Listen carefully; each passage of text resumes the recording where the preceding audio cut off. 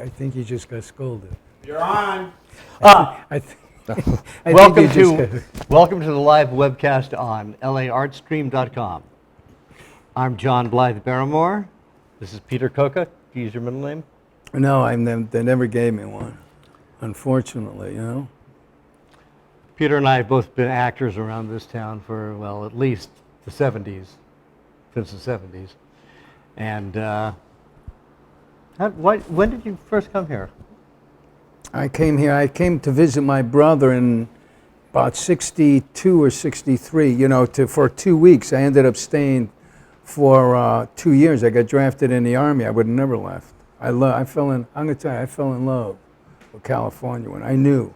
Even when I was working in New York doing plays, because I really like plays, I always knew, because I studied acting in New York, mostly with like Bill Hickey and Uta Hagen, but I always knew I would come back here to LA, you know, do some, you know, from living in a factory city, you know what I mean? I hate, you know, the streets and all. When I came in here, it was like tinsel. It was wonderful. I never had the best time of my life when I came here for the first time. You know, I disappeared into technology for 20 years. I was programming, you know, in Silicon Valley and in Monterey. Worked for, you know, I was in the missile division at Lockheed, Mac. Silicon Valley, which is a few little towns, but it's a big area. It's like LA. It's a one industry place. Every restaurant you go to, people are talking about one thing. People are a lot less flaky and like sleazy up there because, you know, if you say you can do something in a couple of days, you're going to be in a position that you have to demonstrate that you can do that thing. But otherwise, it's like LA because, you know, every restaurant you go to, everybody's talking about their script or their pilot or their project or their audition or the whatever. I can't picture that cynical. I can't picture it being like LA, you know. Acting's changed, only in you know. the one industry. Everybody's in the same business.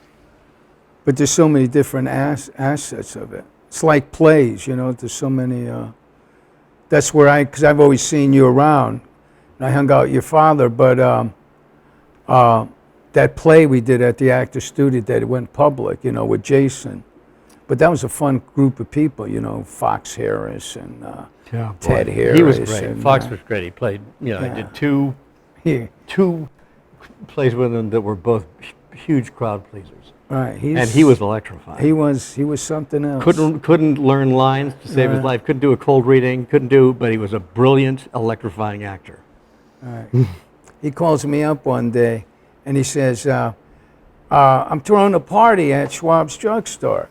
I says, "Fox, where you been? You know, Schwab's been closed for about 3 months now." He says, "Well, it's going to be a private party. It's open only to my friends. So come along, bring a bottle if you got it, and some weed." I said, "I'm broke." He said, "Don't worry about it. There'll be plenty there." I get there, walk into Schwab's, and he's got 2 six-packs there and about 40 actors eyeballing the six-packs. Then he yells out, "All right, let's get the show on the road." And they all go over to the counter. And this guy's pulling the stools off, and I'm sitting at the last counter, so I pull a stool off, and I was the last guy to sit at the counter, which was really wonderful. But then he's got 2 trucks outside, and he's moving the counter. The party that he's having is this young couple at his apartment bought the counter from Schwab's drugstore. And he wants to put it in his apartment. The guy lives in a 2x4. And this counter is huge. It comes in 2 sections. It's huge. And then I talk him into putting it into the garage, you know. At the Casa Real? Yeah. And then your father came out and lectured me. "What are you doing?" He said, "You're going around with the Fox's foolery." And the only guy Fox was scared of is your father. The Casa Real is a building on Harper Avenue in West Hollywood. And it was a once, you know, upscale place with Filipino parking lot attendants, etc. I lived there twice. By the time I got there and you got there, it was,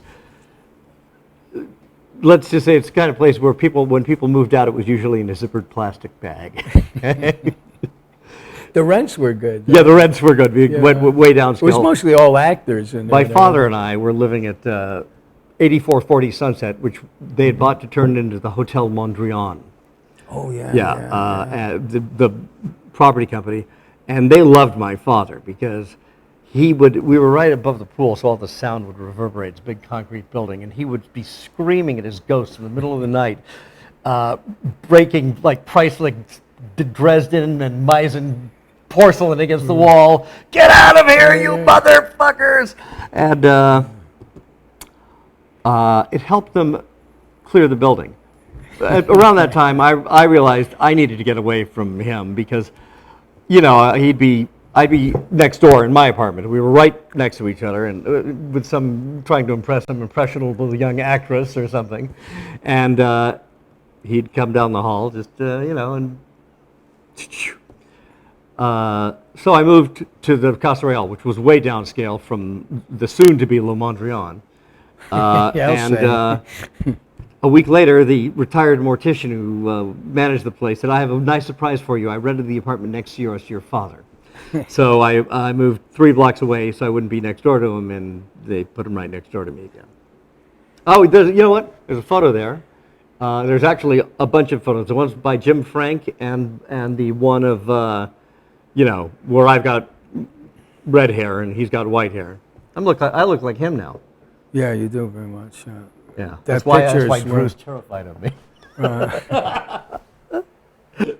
I remember because he just totally, when he got out of acting, he totally got out of acting. Once we were with Jason, he says, "Come on." I says, "Wait," and he talked Jay. We jumped in Jason's car and we went out to Paramount.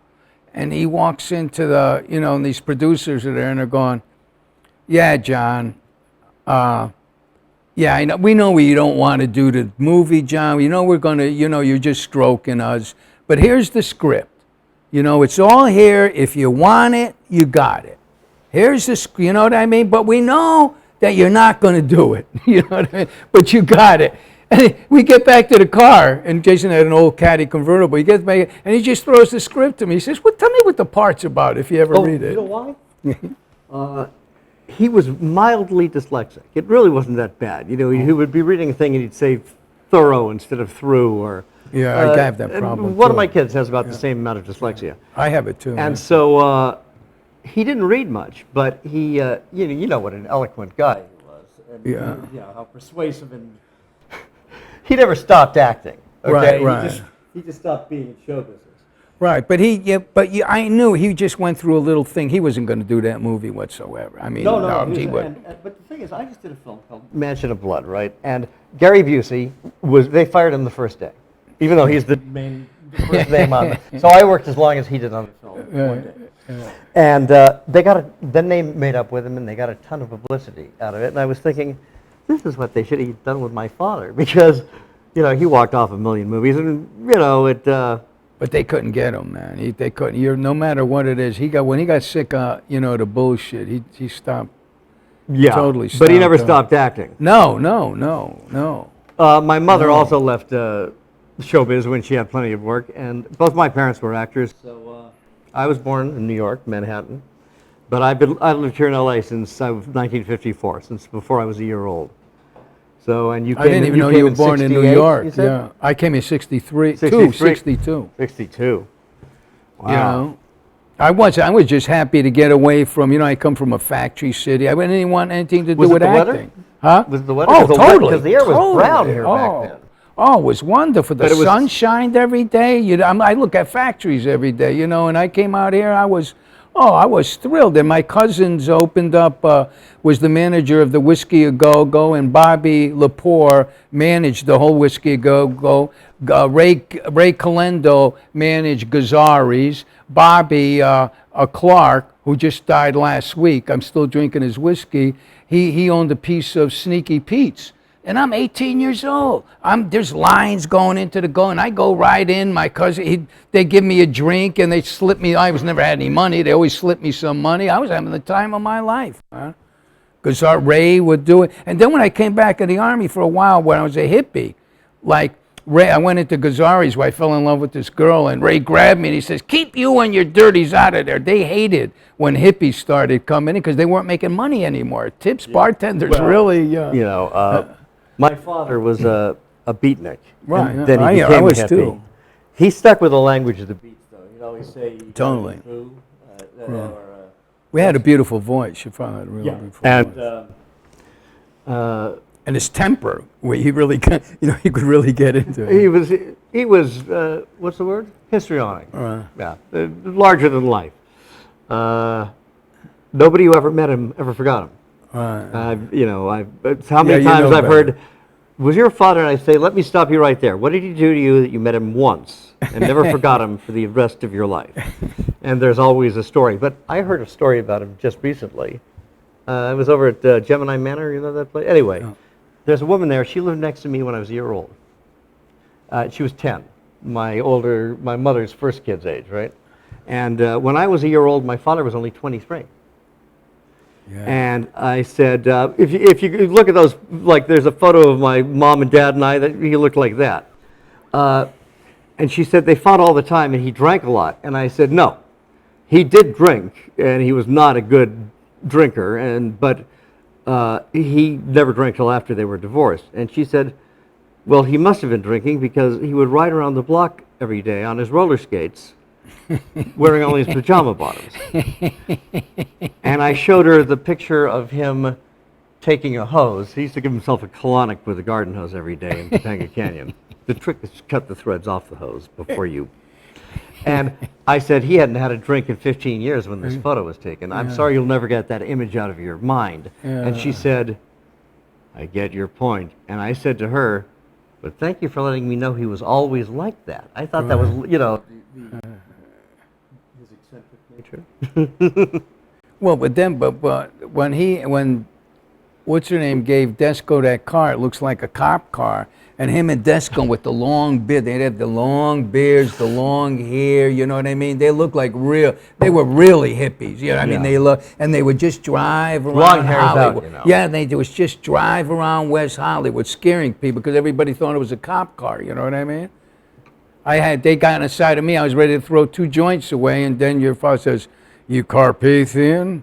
And I says, what are you two guys going around scaring people? I used to just drive around scaring people. But it's like getting fucked in the ass by a chick with a strap on. It's like it's a power exchange deal. That's a big stretch. Yeah. That's a big stretch. You know what? The first time anybody ever said to me, "Let me fuck you in the ass with a strap on," I reacted like most guys do.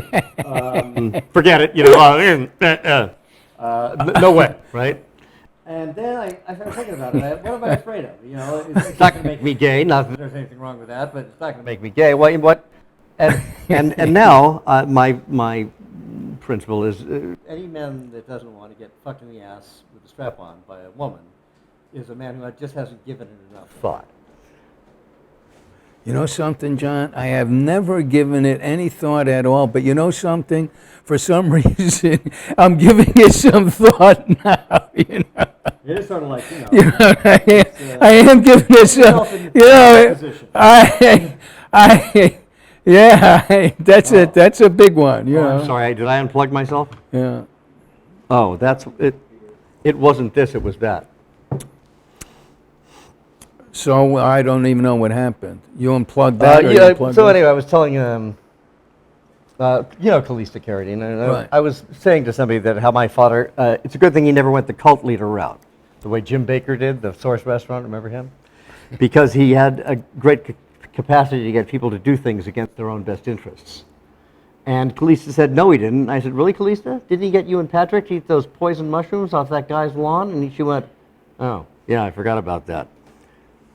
In all fairness, he ate them too. So, but he was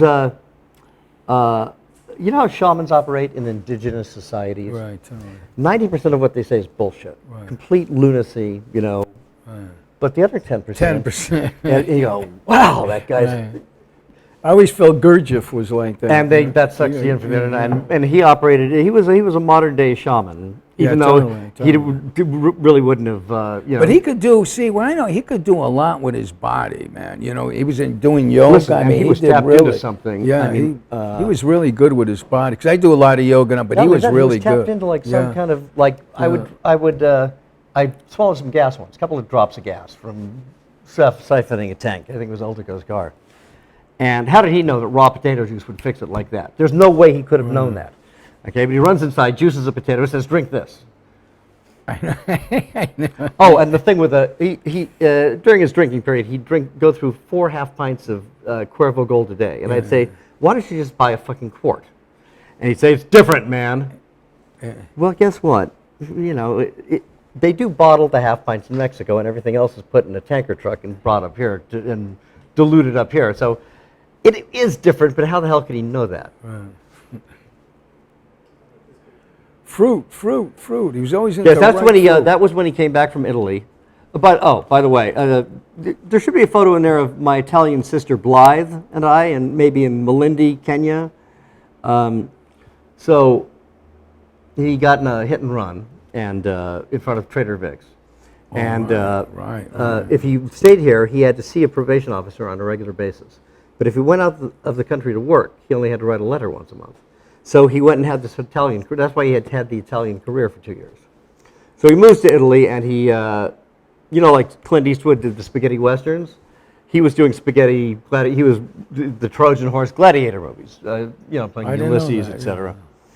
And he married I think there's a picture of him at his Catholic wedding, which was not as bogus as mine was. They had actually get a special dispensation from Pope Pius the 23rd, or whoever it was at that time, to get a divorce. That's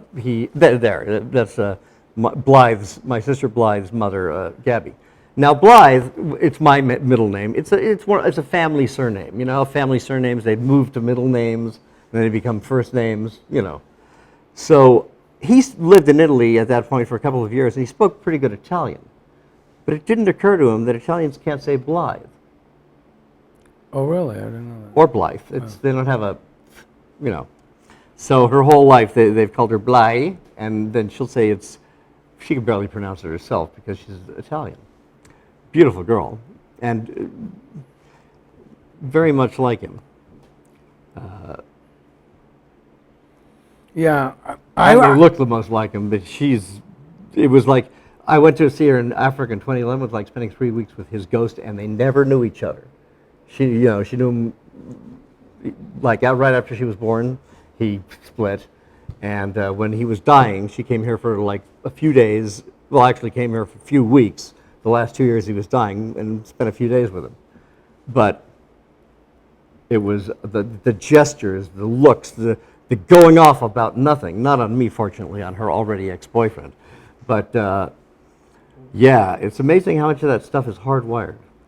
Right. But it was the whole, you know, as when I met you doing that play, because I've always seen you around, but that Jason did that play with you and Kalisa Carradine and Aria Da Capo. Aria Da Capo, yeah. That's when I got to know. But that whole crew of people around that time, Fox Harris, and there was Hollywood had a real crew about it. You know, it was really Damon. It was Hollywood, but it was Damon running. It's no different now. You know, from the. You think so? Listen, I have I run an actors workshop sometimes, and I recently had a actress come in and tell me she was locked in and groped by a famous director. She wouldn't tell me who, but another one is always complaining about the perverts and pedophiles and predators, and I'll say, Zoe, then what are you doing in show business? If you want to work with ethical people, go work for the Red Cross or some other NGO. It's one of the few industries where convicted felon really isn't much of a dark mark on your record. And, there's I always tell new actors that there are a few films like Inside Baseball, Robert Altman's The Player, Blake Edwards' SOB, and The Big Picture with Kevin Bacon. That they should see those films because they will understand how Hollywood really works, not how it appears to work, or how they're trying to sell it. Yeah, I've never really pursued. I did a lot of plays here, and then I didn't like doing plays here. I went back to New York, but I loved California. So I started downtown working with Scott Kelman doing solo shows. He directed the first one I ever did. I did one. He did one. John Densmore from The Doors did a piece, and that really hooked. I really loved doing that. Why you're doing plays because you chose to do plays, or you? Oh no, I did in New York, but I preferred working in plays in New York. You know. I went to New York. I did a play at EST, Yeah. and but when I was, I wound up doing the last 4 episodes of the old Kung Fu series. I don't know if anybody will even know what that is, but there was a show on in the 1970s that was sort of a cultural phenomenon. And when I was a high school dropout with no other marketable skills, I said, well, maybe I'll try this acting thing. It's what my family's always done. Both my parents had already left show business, but my father was friends with David Carradine. So we went up there and smoked some peyote, and he left me there for 2.5 years. I lived with David Carradine while he was the biggest star on television. And when they were concluding the show with a 4-part, conclusion, they'd hired an actor and fired him. They needed somebody right that minute, and I looked a lot younger than I was, and David suggested me, and so I wound up doing the last 4 episodes of the show. And I was having lunch with Will Geer in the Warner Brothers commissary. And he'd built that theater, the Theatrica Botanicum in Topanga. Beautiful theater in the middle of a forest. And he said, an actor must do Shakespeare as a singer must sing scales. It's absolutely necessary to examine that body of work. I was an arrogant little shit. I only knew him as Grandpa Walton. If I'd known when I read Woody Guthrie's autobiography, found out he was there for all of that, and at the time I was learning how to play the guitar out of the Woody Guthrie and Bob Dylan songbooks, wow. I would have given him more credence. So I wound up playing all those parts in closets and black boxes instead of and 2 years ago I did Hamlet in the Carmel Outdoor Forest Theater. It was the first theater that came close to, it was about the same thing. Beautiful theater in the middle of a forest. That's good. You still do. You enjoy Shakespeare a lot. The reason I was doing plays was, I was David was a successful TV actor. I did what he did. He could get away with it, I couldn't. Well, I figured that out after maybe a year, but I was a very skinny redheaded kid. And I was hard to cast. It was hard to find parts. I couldn't get in to see Richard Donner for Jimmy Olsen, which was the one part that was out there for a skinny redheaded guy. So I wound up doing a lot of those parts in Shakespeare, and boy, am I glad I've played some of the best parts. Oh yeah, there, you always were a good actor, and, great actor.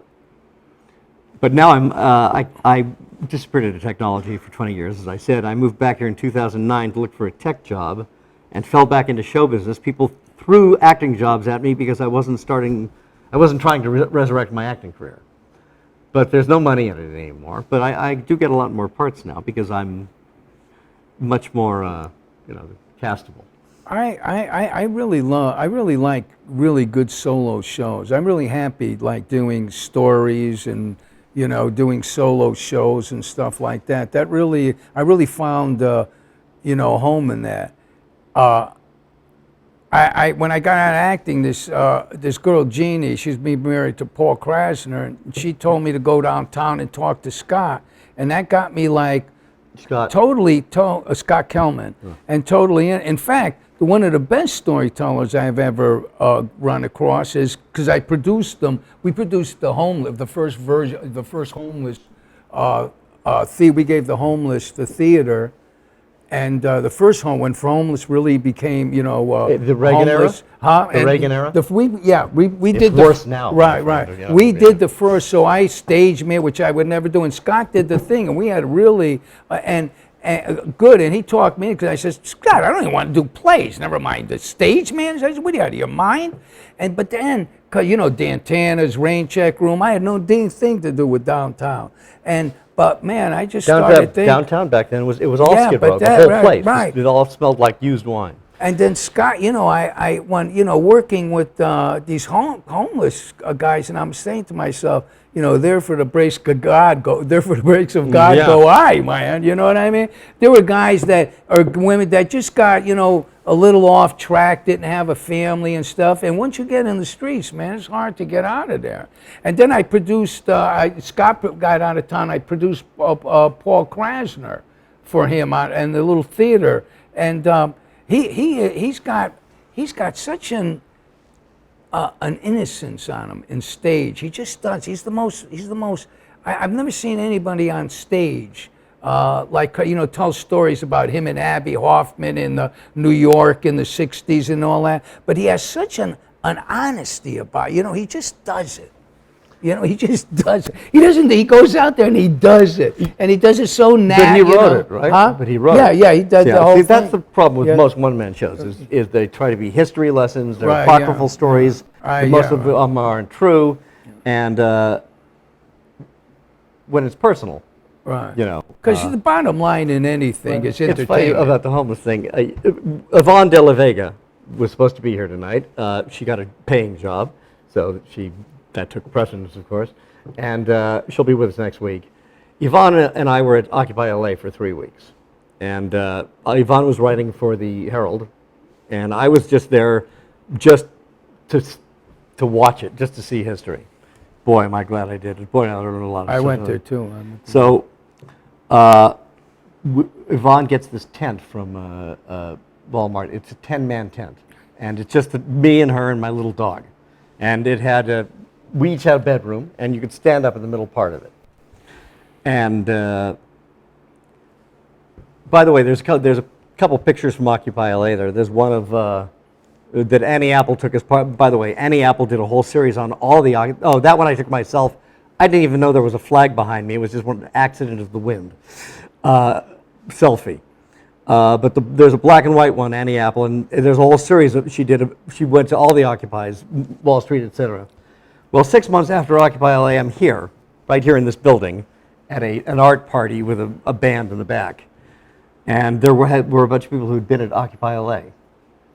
And they kept going on about that tent, because it was as big as tent except for the institutional tent, so you could stand up in the middle part of it. And I thought, oh great, king of the hobos!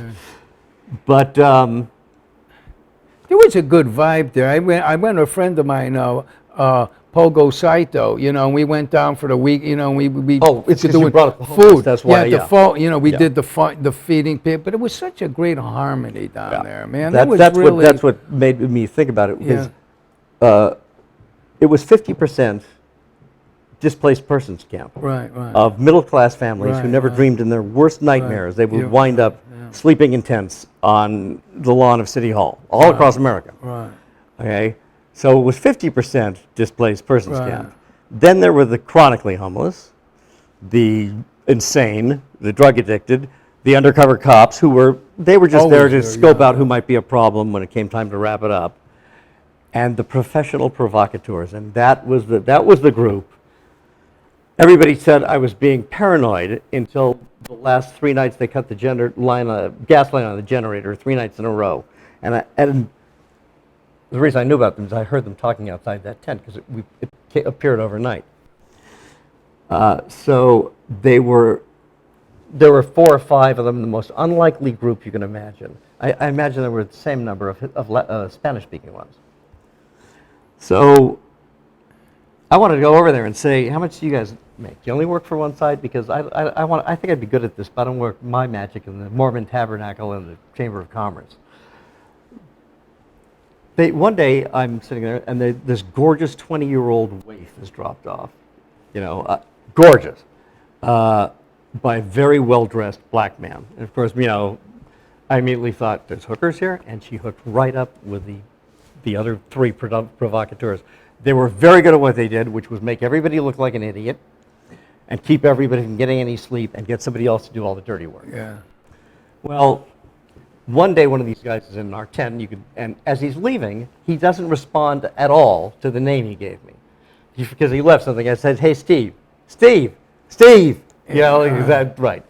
The girl, she went by Felony. Okay. Well, her name was probably Melanie, for Christ's sake. She was, smarter than he was. Yeah. There's a harmony, there's a harmony when people really, that was there, that it was really comfortable walking around. It was just the people. It was a very comfortable place to be at. Is that Occupy it was just like, because you saw people that were really couldn't afford, they were working, they weren't working, they couldn't afford places, rents were going up and everything. People you wouldn't see, and it was right, you know, that worked just for, and you see that, and they were all in the same boat. And it was also Yeah. working in another way, because while it was there, you could go to the Bank of America across the street and cash a check Right. without a service charge. Okay, as soon as the encampment was gone, the fees went right back on there. Yeah, I've always liked that. I always been attracted to like when the homeless was there in Scott's thing, is that a friend of mine passed away, Eddie, and he had this tons of books, metaphysical, you know, just tons, and we didn't know what to do. He's a pack rat, and this guy Casey on Wall and Boyd, there was an old gas station, and I nobody knows how he got it, but he stuck out a sign, the last place on earth, and he went all over downtown, and he got, you know, all these tables and chairs and everything. And so I had all these books, and this some friend of a friend of mine's, John Rockwell, he asked me to move, and he's got a ton of clothes, you know.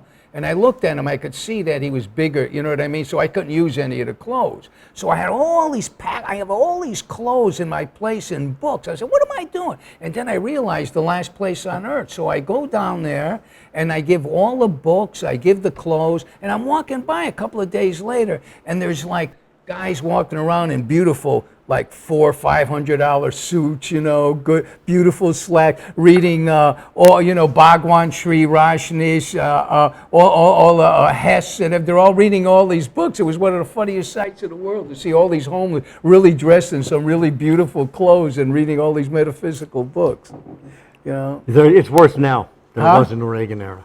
Huh? It's worse now than it was during yeah, Reagan. but he started the every whole ball block, rolling. every block of Sunset, Beverly Boulevard, Santa Monica has 10 people sleeping. Right. Yeah. Yeah. It's, And the sad oh, thing, there's no hope. You know, I don't see any change coming. You know, maybe Bernie Sanders. So while I was there, an article came out in the Inquirer that said that Drew Barrymore's brother is homeless, and in the original article they didn't really actually tell any lies. Technically, I was homeless. I hadn't had a mortgage or a rent for 3 years, but I never spent a night on the street. I had plenty of friends, and I had a place to stay when I was at Occupy. And then the supposedly legitimate paper, the Chicago Sun-Times, picked it up and said I was living on Skid Row and out of a refrigerator box and screaming at people as they walked by. Well, I didn't know where Skid Row was. I had to ask. When I was here at Artstream, LA Artstream, okay, for that art party, I you know, Facebook, you check in, does the GPS thing, and guess what? You know you're right next door to Skid Row, right? And I went, oh, I can finally check in where I belong.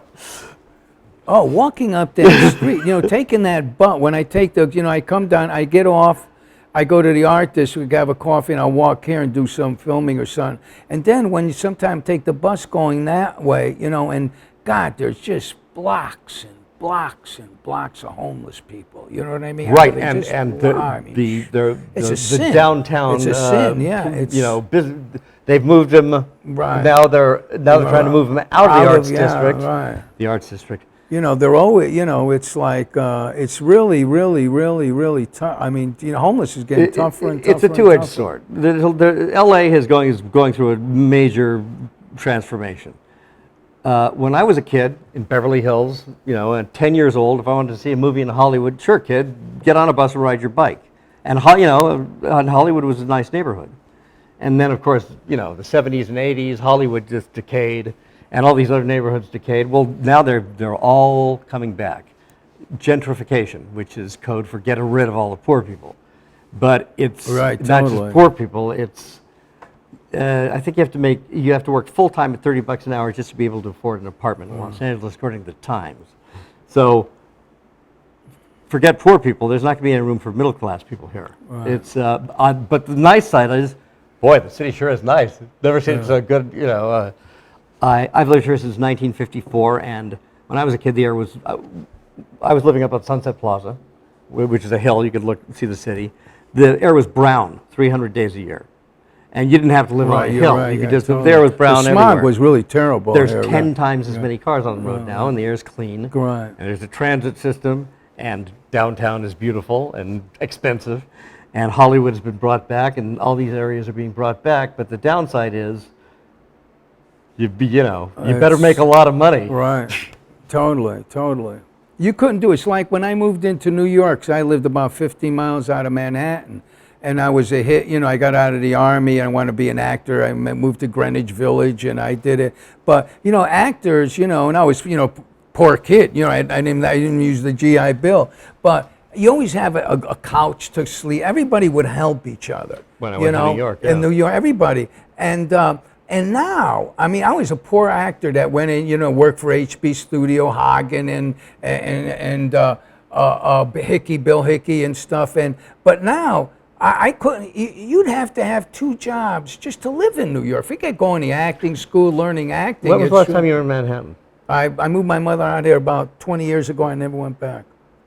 Because I'm wondering, because when I lived there, after I started sleeping in Bob Brady's Actors Loft on 14th Street above a schmata shop. I lived on 14th Street. Then I was living at 16th and 8th, Right, which was I at that know. time was like a very downscale Coldwater flat. Yeah, totally. Puerto I Rican lived in the neighborhood. Coldwater flat. I'll bet that neighborhood is expensive as hell now. Right, It's called right. Lower West Chelsea or Northwest Greenwich Village or something, right? Right. It's but you still have rent. The thing is that a lot of actors still have like rent control. And that's the only. Even with I don't even know what because most of the because a lot of actors would make a couple of bucks. Like they would get a rent control place, they'd fix it up, and then they rent it. Yeah, to make money, sublease it. I think that in theaters today, like I go to theaters and I see. It seems like when I was doing theater here, it was like groups of actors at a theater and they put on productions and Sacred Fools is the only one I really know that does it now. But it's an acting company, don't charge, and they put on plays. But now you go to every theater and they're all charging the same thing at night. You can't if somebody wants to put on a play, like $35. Yeah, yeah. But if you want to do a play in L.A. or a show, I get lucky that Artstream let me do one in this other thing. But if you're doing a play, you gotta figure out how much money you could lose because you ain't gonna make any money. The Mark Taper Forum has the same problem. No theater makes money. But how much can you lose? Maybe making money. Right. How much can you lose? Even Broadway is like the aviation industry, which as an industry has never made money. Civil aviation. Right. There's always companies in different periods that make money, and. Well, I never liked, even when I was in New York, I liked off-Broadway. I was just too young to be with the Living Theater I really liked, but I was too, I only saw one play on Broadway, and I used to get tickets for every, actor, their husbands, symphonies, I could get tickets to everything. I never liked almost anything on Broadway, except Short Eyes. Panero play. I worked at the Colonnades, which was across from the Public Theater downstairs. Right. That's where he did it. I went up for that play. Right, but Miguel, the writer, came in all the time with his buddy Lucky Cienfuegos, Five Fires. Right. I went to see it, and I saw it in drama law, so in that drama, the casting thing they have in New York, and I saw it, so they wanted prisoners, so I figured to do the play, and I said, well, I figured I'd go to Weathersfield. I knew guys that I grew up with in jail, so I'd go in there, and I saw these guys there, and I say, there ain't no way I'm gonna convince these guys I did Hard Time, you know what I mean? But I saw that the People's Theater was great. Then 2 years later, I saw it was great. He was my favorite playwright, as young, Panero. So I'm a friend. I started getting into I started getting into no more plays and doing stories. And I did one with Scott. But then Ted Harris at the Actors Studio, Strasberg would give it to him on Saturday afternoons, and he was helping me put together one person shows. He started doing that, and I went back to New York like 3 times, and the third time I went back, I realized that it wasn't New York I missed, but the late 60s and early 70s. And then I just... Yeah. When I went to Manhattan twice in my 20s, and it was that magical period where you couldn't die from having sex. Right. Okay? Like, there was only like 30 years, 25, 30 years between when they discovered penicillin, they could kill syphilis, which Well, looms large in my family history. You know, my great-grandfather died in the insane asylum, and Lionel, that's why he was in the wheelchair. But and a then great actor. the beginning of HIV. So it was, you know, it was like a 25 or 30-year period, and all you had to be was straight and single in New York. But the two things that started happening right around that time were Studio 54 and Plato's Retreat, which was basically a sex club. It was an orgy in the basement of the Ansonia Hotel. And I worked in the Ansonia Hotel. Well, I just never had any interest in going to either place. I had plenty of opportunities to go to Studio 54, VIP, in the back, no problem. But on principle, I wasn't going to go to any place where somebody was out front deciding whether or not you looked cool enough to get in. right. And those decisions saved my fucking life, because it was the late 1970s, and what they were calling the gay plague was going around New York. And the two most likely places to get it were probably Plato's Retreat and Studio 54, if you were straight. Well, when I worked a little like for HB Studio, Bill Hickey, mostly Hagen was when I studied there, and so I knew a lot of. Became friends with a lot of gay guys, and I was totally straight, and they became really, really good friends of mine, and. Like they would get in the office, they would give the key. They would let me assist all the teachers, which means straightening out the place and marking everybody in. But I'd get free classes there. I had about 30 classes. I was doing all these free classes, and it was like so. And it was the '60s, and I really. It was really a great. It was really a great time. Like but that's not New York. That's show business. Because, yeah, of course. But I never get. When I was 5 years old, I knew Rock Hudson was gay, and I knew what that meant.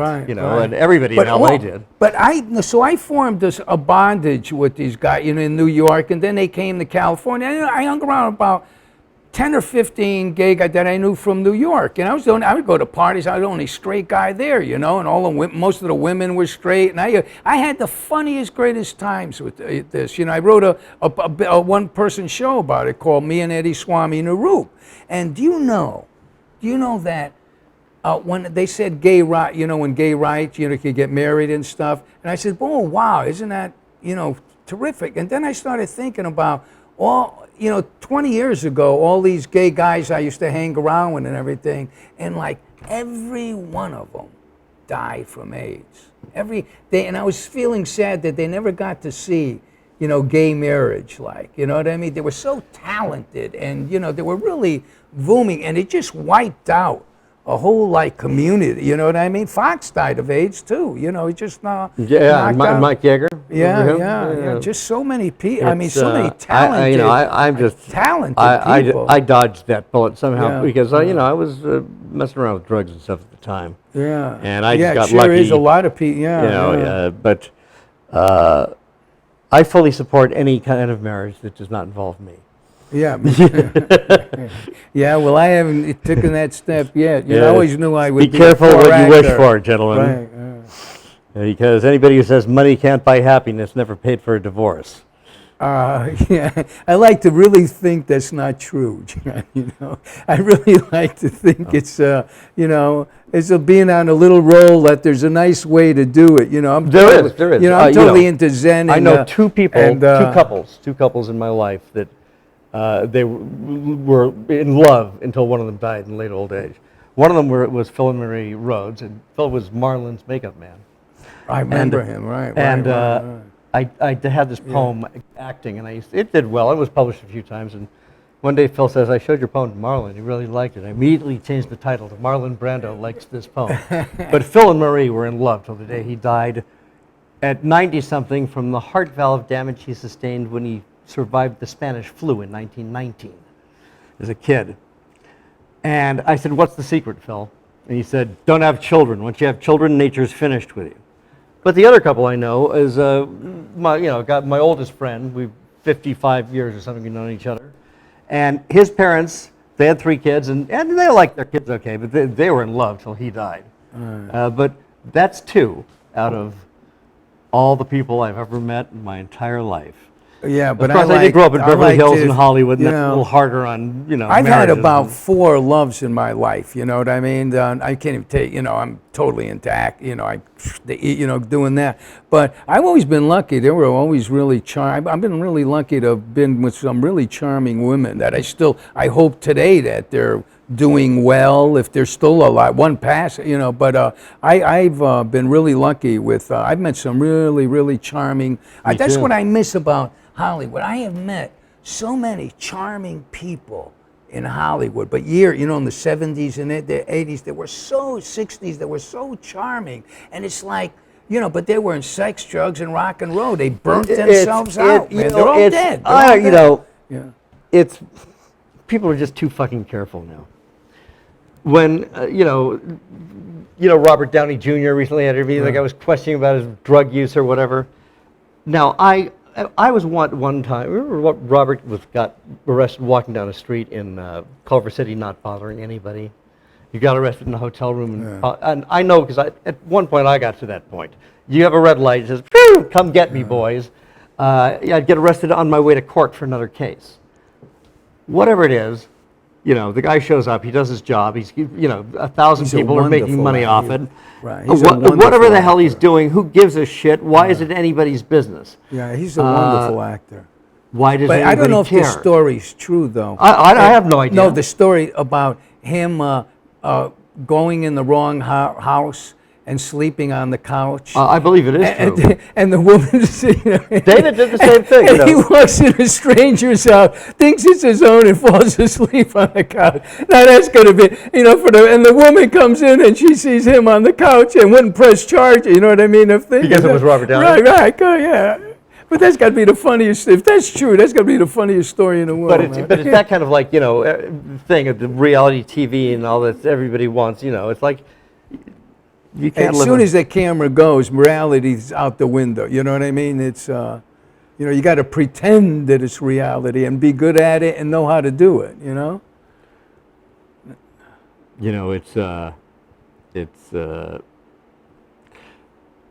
Yeah, the surface of show business is never like it never shows the other side.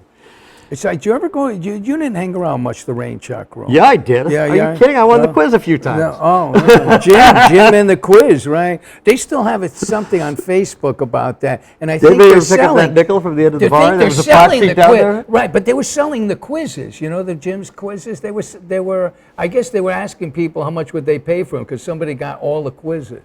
You mean recently? Yeah, right. Oh, wow. Yeah, so if you go on their rain check That's a room, piece of cultural history right there. Oh, are you kidding?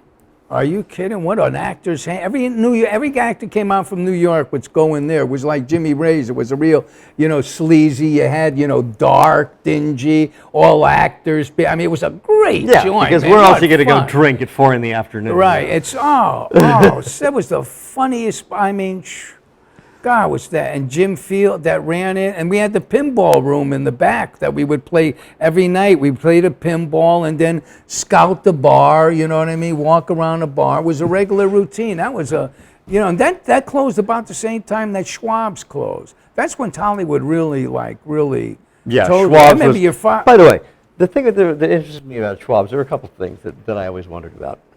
One was that if the breakfast was like $2.50, but the antidote was like $250 because they had the most expensive drugs in town. They came in those little brown bottles. Remember? A lot of people I thought it did, was crazy about those. Everybody stopped. Everybody almost I knew was doing cocaine then, But the thing is that when Bellucci died, No, that wasn't it. you think No, a lot of them stopped. A lot of them. Here's because I had a front seat for this cultural phenomenon because I happen to have good connections.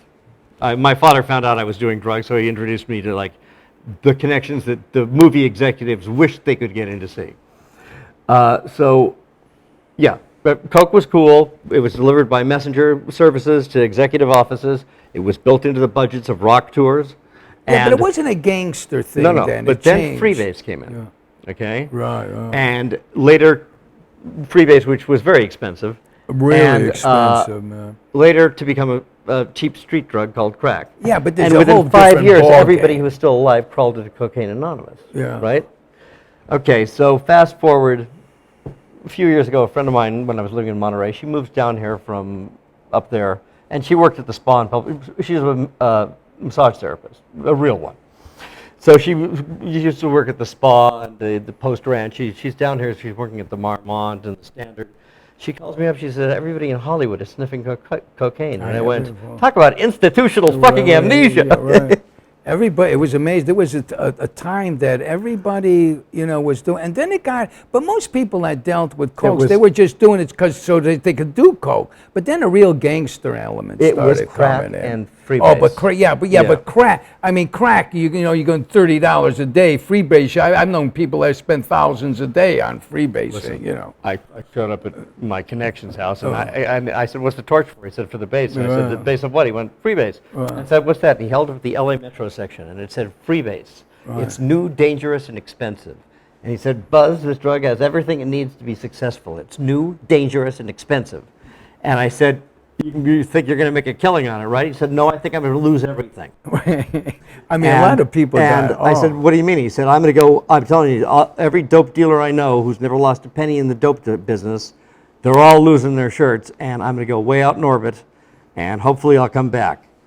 Well, he was prophetic, and they all did, and I lost track of him in the mid-'80s, and I figured he was gone, and I ran into him. He got off the drugs like the year after I saw him. I had to give up all the drugs. My memory started to go, damn it. First it didn't bother me, but yeah, I had to give up all the drugs. Yeah, I'm going to tell you, I known so many people that totally lost every penny they had doing freebase. I mean, wiped them totally. Meth, they or had heroin, big money. Yeah, but not like freebasing. It was so expensive. Right, because I said, why is it so expensive? He goes, when the chemistry's off, I'll throw in an ounce to bring it back. Boy, and that's before they lowered the price of cocaine to flood the market. I don't even think it's cocaine. My cousin, Tony, used to be a cocaine dealer. Took all the guys he grew up with. Now he's a licensed interventionist because that is the pattern, of course. That's what you become when you... So he calls me in like 1995. And I haven't done coke in years at this point. He says, "You got to come over. I've got something we haven't seen since the 70s. And I go over there, and sure enough, it's pure Peruvian mother of pearl flake. The dream, I do 2 lines of it, and 20 minutes later I said, "I can't believe I ever did this shit. Do you have any Valium?" It's like, well, if I want to be nervous and I can go to work. Worst thing in the world. I never liked cocaine, really. But I was always like pot, but everybody was doing it around you. And you figure, you get your first hit and it's really good. Everything in the world's going to happen wonderful to you. And then you're coming down a little. You're trying to reach that same high. You can't do it. Then you want to drink a lot of booze to get it out of you. Taking some Valiums, you know what I mean, to get it. Worst drug in the world. I had a friend who just did it because it was always around. Yeah, it was a social thing, But I don't understand. I know a guy who said that smoking crack or shooting cocaine, which is very similar, is the most perfectly karmically balanced drug because what you get in ecstasy, you immediately pay for in depression. The whole process takes about 45 minutes. Well, I used to go out with this nurse, and she got some ecstasy. I never had it before. And all we did, we sat on the bed naked. We just laid on the bed saying to each other, "Oh, I love you so much. Oh, I love you, but I love you more. No, I love you. Oh, I love you so much." For like 12 hours, we lay in bed telling each other how much we loved each other. That's the only time I did. But you know what? When I did ecstasy, the next day, my body said to me, "Don't you ever do this again." You know what I mean? Don't you do this to my body, because the Peyote's the only thing that ever did that to me. By the way, when I first met Angelica Houston, she told me that Walter, her grandfather, told her that he'd eaten peyote with my grandfather in the Mojave Desert in the 1920s, and they were both convinced they were going to die. So all the shit we did, we weren't pioneers, I never had mescaline. I did a lot. I never had peyote. I always wanted it, but I was never in a situation to have it. Somebody said to me, "How long does a peyote trip last?" And I went, "Pretty much the rest of your life. I can still catch my hand." Right. My first acid trip was the nightmare of nightmares, but I learned because I wasn't ready for it. My last acid trip, I thought that, which was about 20, 30 years, I came closer to understanding the world than I've ever have. You know what I mean? It's still with me. You know, Timothy Leary was right in a lot of things. No, you know what? Timothy was a friend of mine. We became friends after Switzerland in prison. We're at downtown as he starts talking to me. And we talked for about 15 minutes, and he says, "You seem very intelligent. I'm looking for intelligence agents." And I said, "Come on, Tim, what kind of bullshit is that?" And we both had a big laugh. We were friends immediately after that. And Tim was a sweet, gentle man who would never knowingly harm a fly. Right. But he fucked it up for 2 generations. They couldn't even do research. And now, finally, they're doing research again, and guess what? They're not using LSD, they're using psilocybin mostly. But, you know, Bill Wilson, founder of AA, took it with a psychiatrist and said, it could be an effective treatment for the depressive alcoholic, and that is one of the things it's good for. PTSD, which I happen to have, end-of-life issues, and it's not like every other kind of pharmaceutical drug where you're on it for the rest of your life. People are transformed by the experience. Well, I met him once. He opened up Paul Krasner's But because of show. what Timothy did, it's But like he's, they couldn't even do research for 2 generations. Yeah, but he was very. I met him once when he opened Krasner's show. But he's a very charming guy. But he was batshit crazy by the time I got to know him, because he was telling me that they should have really frozen Lennon's head, and he had his head frozen. Yeah. You know, because he's like in a tube somewhere. Okay. Same with Ram Dass. I think Ram Dass was really. I Crazy? think they want. I think Ram he's Ram Dass. I Ram love Dass him. Oh, went I a love different him. way. I love Ram Dass, man. You know, I think we're gonna have to wrap it up here. Is an hour past already? I think Well- so. I don't. That's what they said. Yeah, I think we got a couple of minutes. So why don't you end it with something? This has been a live webcast on laartstream.com. Please join us next week when we will be joined by our partner, Yvonne de la Vega. And she made the nicest post. Wasn't that a great poster? I thought that was a great poster. Oh, she Yvonne's put up great. for him. Yeah. Yvonne's great. She's golden. Huh? That's it? We're off? And we're off. Okay.